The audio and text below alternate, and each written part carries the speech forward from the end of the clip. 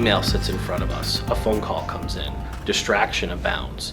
And in the midst of that, the thing that's given up constantly is a structured way to think about problem solving. So not only is, I think time being given short shrift, but when we do actually get in a room to think either alone or in groups, when you add technology in it and half the room on BlackBerries and people not quite in the moment, I think you don't get the generative outputs that think time can actually get you to. A company called Basics Corporation out of New York City informs you that each time you're interrupted from actually the think time, which they only quantify, by the way, at 10% of our day. 10% of our day is spent thinking and reflecting. When most of our lives are spent trying to fill this thing up with knowledge, we only do that for about 10% of our time. But their point is that each time there's an interruption that comes at you, it will take you on average up to 11 minutes to recover from that interruption.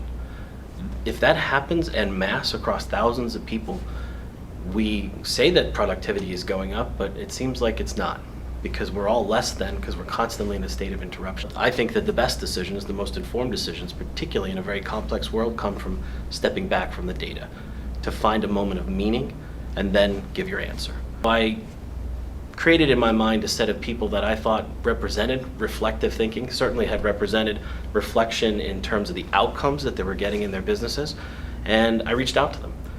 I spent time with a former gang member, a guy by the name of Tio Hardiman. He now operates a not-for-profit out of Chicago called Ceasefire. Great surprise was that you could learn a lot about reflection from the techniques that he is using, along with another innovator up there in Chicago, in which to instill reflection, even in the midst of violence. That was incredibly surprising to me. That through the practice of allowing people to understand the downside, it's the same risk as Wall Street had. A failure to systemically think about the downside almost collapses the country. If you take it all the way to a gang member, a failure to think about the downside of his or her actions can mean the destruction of a family and a life. So there's something about that, and reflection plays a role in each of them because it's absent when you go down either critical path of not thinking through the downside of systemic risk on Wall Street or not thinking through the downside of what it means to actually be a gang member and to be using violence as your only tool in your toolbox. One of the big examples that I use in the book is the work that David Petraeus did, General David Petraeus, along with General Mattis, in the 7-month period of time that the two of them had and the military took to think through what became the surge, and everyone knows that in terms of the context of the troop surge and what happened in Iraq. I was much more interested in how did they think through counterinsurgency strategy when the strategy itself had failed at the outset for multiple years. They structured and thought through how to harness the lessons learned of what had happened over the course of the several years prior and incorporate them into a set of dialogues that were arguably some of the most generative that our country's ever had, in the sense that atypical thinkers came together in Leavenworth, Kansas, by the way. That was the location where General Petraeus chose to structure the dialogues to think through what became a manual, a very tangible output.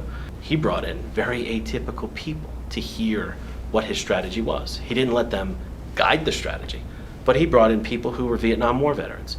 He brought in people who were sociologists and anthropologists. He brought in people from very atypical backgrounds in order to make sure that the doctrine that he was coming up with wasn't just an echo chamber among the leadership of the United States Army.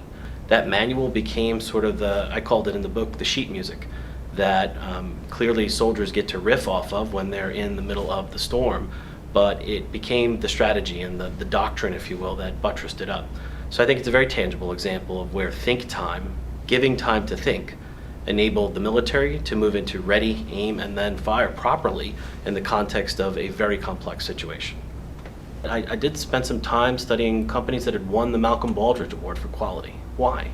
It's an old award. What does that have to do with this current state of affairs? It's a very relevant award, and more importantly, it's not about the award. As I use examples from the book, it's about forcing the habits on an annual basis in which to step back from the fundamental assumptions that drive the firm and question them. Because if you don't, then they become orthodoxy. And if you have orthodoxy built up over time, it's kind of like plaque that develops inside your veins. And once you get plaque, sooner or later, it congeals, and we know what happens to people who have too much plaque. The firms that are able to step back from the orthodoxy, question it, and even over-authorize people inside the firm to say, I wonder why we do it that way. Should we do it that way? And not just have their voices squashed down in any one session, even the most junior person to speak up. That's a firm that has and practices reflection a little bit more than most. I think most books today extol the virtues of moving faster, of getting further on the treadmill, of deeper connectivity, and that has its place. I'm not going to lie. I make no lament for the fact that technology has sped up so much of our life. But very few books actually make the argument to figure out how to use what I call the space between all that busyness. When we get into a room to think through something very consequential and horizontal, which doesn't happen every day in business, but when we have the kind of systemic risks that are happening inside business today, there are moments when leaders get into rooms and the consequences are high. How much think time did you do before the meeting?